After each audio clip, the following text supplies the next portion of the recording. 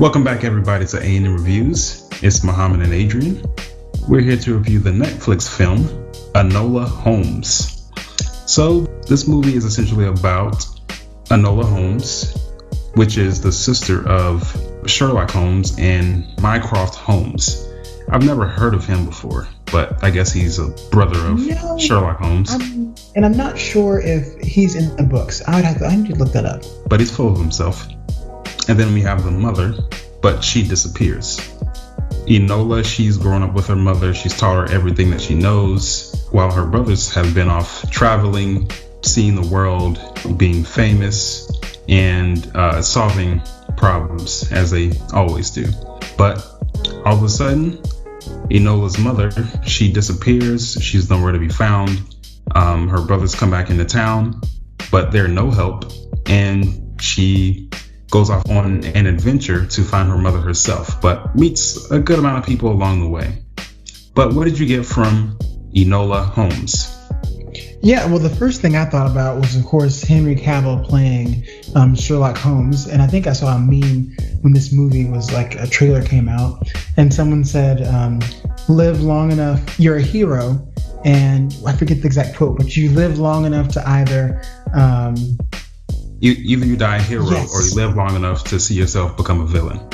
Exactly. And all I could think about was you either die a hero or live long enough to see yourself become Sherlock Holmes. Because at this point now we've had Benedict Cumberbatch, who is Doctor Strange, who's also Sherlock Holmes. We have Robert Downey Jr., who's also Sherlock Holmes.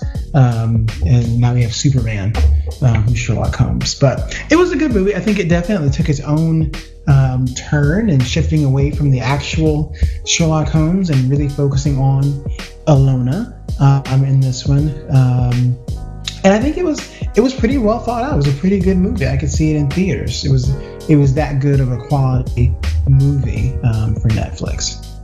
Yeah, I would say so. Yeah, for Netflix, this is one of the better ones. Even though I was kind of confused on some parts, especially when it came to her traveling from one place to the other. Sometimes she would be in a certain situation and, she would escape. But then the next thing we know, she's, I guess at a hotel or something. And she's a lot of convenience. Fine.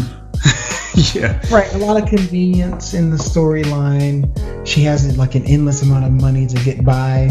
She has this weird obsession with changing clothes with random men to hide in plain sight, which I guess works for her. It's not really ever proven to be a benefit. She just likes doing it. So it was interesting. It's a little more childish, a little more kid-like, age appropriate for this version of a Holmes movie. And she's essentially trying to find her mother. So we get some backstory on Sherlock Holmes' mother in this one. And I was really fascinated by her character, and I actually have more of her in the film. She's kind of a civil rights, women's rights, and suffragette, if you would, in England, fighting for with this reform. She's willing to be the radical person who might throw some bombs or tick people off to make sure that bill gets passed. But it is Ilona who ends up making sure it happens in pursuit of her mother. Yes. So Enola, she goes through some of those same hardships as any other woman at this time. This is a period piece. And traditionally, as a woman during this time, they're basically trying to look good enough to get themselves a good man. And that's what she's being taught by her brothers, along with the school that they try to put her in. But she constantly tries to get away from that while trying to find her mother. But yeah, let's go ahead and rate this one, Enola Holmes. Sure. So the lowest rating is trash, middle is background noise, and the highest is a banger. So how would you rate the Netflix original film, Enola Holmes? I would rate this one. This one's hard because our rating system is so unique.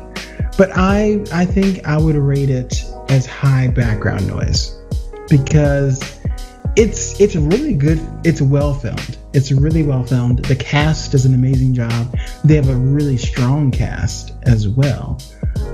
So I think they checked all the boxes for a good movie. I didn't care for the story too much, but they did a really good job. Yeah, I agree. This is a high background noise for me. I think all of the film production was done pretty well. It looks like a movie theater movie.